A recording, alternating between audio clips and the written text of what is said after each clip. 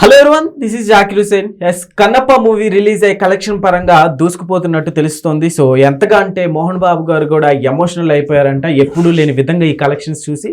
So దీని గురించి ఒకసారి డిస్కస్ చేద్దాం. ప్రస్తుతం మనతోటి సీనియర్ జర్నలిస్ట్ జగదేవ్ గారు ఉన్నారు. వెల్కమ్ చెప్పేద్దాం. హాయ్ సార్, నమస్తే. నమస్తే. ఎస్, కలెక్షన్ల పరంగా చూసుకుంటే సో ఎప్పుడూ లేని విధంగా మంచు ఫ్యామిలీలో సో ఈసారి ఎక్కువ వస్తున్నట్టుగా తెలుస్తుంది సార్. ఏంటి అసలుకి? యాక్చువల్గా కన్నప్పకి ఎన్ని ట్రోల్స్ జరిగాయో దానికి విరుద్ధంగా ఓపెనింగ్ టాకే పాజిటివ్గా వచ్చింది. సినిమా బాగానే ఉంది, ఒకసారి చూడొచ్చు, ఓవర్ యాక్షన్ లేవు, మరీ చీప్గా తీసేయడానికి లేదు. దేవుడి సినిమా ఉంది. ఫస్ట్ హాఫ్ కొంచెం లాగ్ అయింది, కొన్ని సీన్లు ఇబ్బందికరంగా ఉన్నాయి, కానీ సెకండ్ హాఫ్ మాత్రం చాలా బాగుంది అన్నారు. తర్వాత ప్రభాస్ వచ్చాక ఒక రేంజ్లో ఉందన్నారు. అందరూ ఎవరు పాత్రలు వారు న్యాయం చేశారు. అయితే ఇక్కడ మొన్న కూడా సక్సెస్ మీట్కి సంబంధించి కూడా విష్ణుతో కొంతమంది మీడియా మిత్రులు మాట్లాడినప్పుడు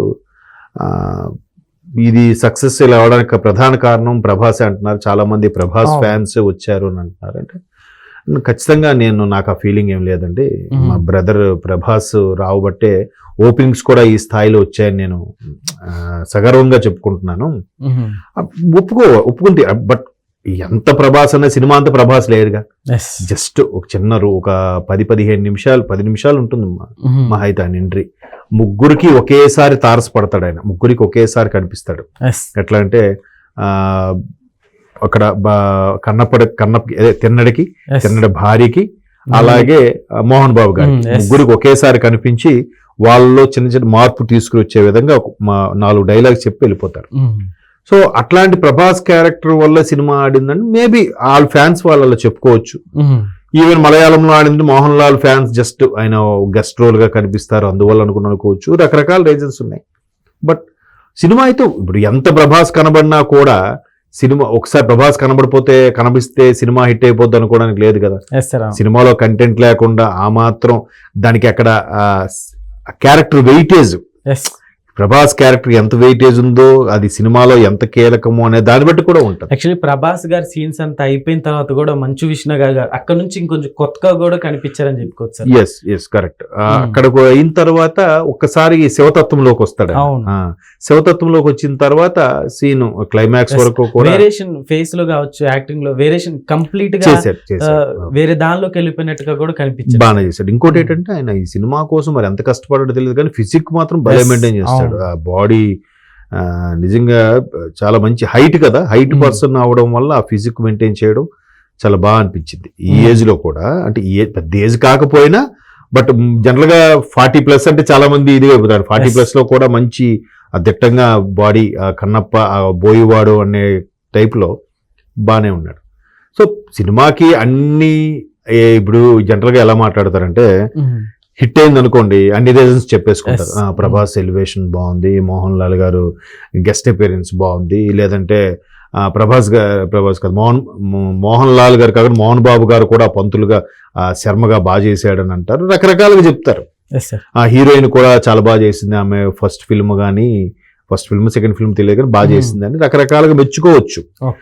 బాగున్నప్పుడు సినిమా ఓవరాల్ బాగాలేదనుకోండి, అంత బాగుంది కానీ వీడి పెర్ఫార్మెన్స్ బాగాలేదురా, అంత బాగుంది కానీ ప్రభాస్ని సరిగ్గా చూపించలేదురా. ఇప్పుడు ఇదే సినిమా మరి నిజంగా ప్రభాస్ ఉంటే సినిమా హిట్ అయిపోదు అనుకుంటే రాధేశ్యామ్ హిట్ అవ్వాలిగా, ఆది పురుష్ కూడా హిట్ అవ్వాలిగా.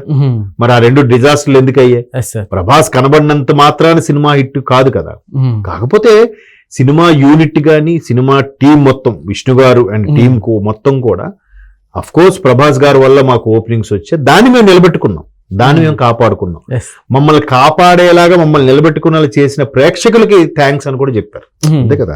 ఇప్పుడు ఒక్కొక్కసారి చాలా బాగున్నా ఎందుకు ఆడవో తెలియదు, ఒక్కొక్కసారి ఏమి ఉండదు, ఇప్పుడు బ్లాక్ బాస్టర్ అయిపోతుంటది. ఆ పర్టికులర్ సీజన్ లో సినిమాలు లేకపోవడమో లేదంటే అప్పుడు స్టేట్ ఆఫ్ మైండ్ మనిషి మధ్యతరగతి వాళ్ళు ఎక్కువగా సినిమా ప్రేమికులు ఎక్కువగా ఎలా ఆలోచిస్తారని దాన్ని బట్టి కూడా సినిమా హిట్ ఫట్టా అని ఉంటది. సో ప్రభాస్ వల్ల ఓవరాల్ గా ఓవర్సీస్ లో కూడా ఓపెనింగ్స్ వచ్చి ఉండొచ్చు, వచ్చిన దాన్ని కాపాడుకోగలిగారు, నిలబెట్టుకోగలిగారు. అట్లా నాకు యాక్చువల్లీ మూవీలో ఒక చిన్న డౌట్ ఉంది. సరే చిన్న కొంచెం క్లారిటీ ఇస్తే ఊరికే. యాక్చువల్లీ మూవీ లాస్ట్ లో సో శివుడు గారు ప్రత్యక్షమైనప్పుడు కన్నప్పని తనలో ఆలీనం చేసుకుంటాడు కదా. సో తర్వాత తన వైఫ్ ఏంటి అంటే క్లారిటీగా అంటే ఇవ్వకుండా దర్శకుడు వదిలేసినట్టు అనిపించింది నాకు. అది కథలాగా అది ఐక్యం అయిపోయాడు ఆయన. మరి వైఫ్ తిన్నడు భారీగా వచ్చిందంటే ఆమె కూడా గత జన్మకి సంబంధించి ఏదో ఉంటుంది. ఈ తిన్నడు అనేవాడు మధ్యలో కథ చూపించారు కదా, అప్పుడు జన్మలో అర్జునుడే మళ్ళీ ఈ జన్మలో తిన్నడుగా పుట్టాడు. ఇంకా ఎన్ని జన్మలు ఎత్తాలి అర్జునుడు అంతటి వాడు, అంటే పాండవుల్లో ఒకడు, అటువంటి గొప్ప వీరుడు మరలా ఈ జన్మ ఎందుకు ఎత్తాల్సి వచ్చింది అంటే ఏదో చిన్న కర్మ ఉండిపోయింది కాబట్టి జన్మ ఎత్తాడు. ఆ జన్మ అక్కడ కదా అయిపోయింది, ఆయన మరలా శివుడిలో ఐక్యం అయిపోయాడు. సో తన భార్య కూడా మేబీ ఆ తదనంతర స్టోరీలు మనకు తెలియదు. ఇప్పుడు రామాయణం ఉంది, లవకుశుల వరకు తెలుసు. లవకుశులు మరలా తిరిగి వచ్చాక రాముడు సరయు నదిలోకి వెళ్ళి అవతారం చాలించాడని కాదు. తర్వాత లవకుశులు ఎలా పరిపాలించారు, లవకుశులు ఎవరెవరు పెళ్లి చేసుకున్నారంటే మనం మళ్ళీ అంత డెప్త్ స్టోరీ జనరల్గా సాధారణంగా ఎవరికి ఐడియా ఉంది. సో అట్లాగా ఆవిడ కూడా తిన్నడు లాంటి వ్యక్తికి, తిన్నడు లాంటి భక్తుడిని పెళ్లి చేసుకుందంటే ఖచ్చితంగా పూర్వజన సుకృతమో లేదంటే ఏదో ఉండుంటుంది. లేకపోతే ఆమె ఎక్కడిది, ఆ నెమలి అనే క్యారెక్టర్. సో ఖచ్చితంగా తిన్నడు కోసం పుట్టిందంటే గత జన్మలో లేదా మహాభారత టైంలో ఎవరుగా పుట్టిందో అర్జునుడి భార్య ద్రౌపది ఉన్నారు, తర్వాత సుభద్ర ఒక ఆవిడ ఉంది కదా, వీళ్ళందరూ అర్జునుడి భార్యలే కదా. ఉత్తర కాదు కదా, ఉత్తర అభిమన్యుడు చేసుకుంది. సరే, ఈ సుభద్ర ఎవరో మొత్తానికి ఉన్నారు. సో అట్లాగా మొత్తానికి ఇద్దరు ముగ్గురు చేసుకున్నప్పుడు ఆ అవతారాలు మళ్ళీ ఈ జన్మలో ఏ అవతారం తీసుకున్నారో మనకు తెలియదు. అక్కడికి భక్త కన్నప్పగా తిన్నడే భక్త కన్నప్పగా మారి శివునిలో ఐక్యం అయ్యాడనేది స్టోరీ. అంతవరకే. ఆ తర్వాత మరలి ఐక్యమైన తర్వాత ఈ శాస్త్రి శర్మ వీళ్ళందరూ ఏమయ్యారు, అక్కడ కాపలా ఉండే రకరకాల బోయి వాళ్ళు ఏమయ్యారు అని అంటే మనం అంతవరకు ఆలోచించద్దు. Okay sir, thanks.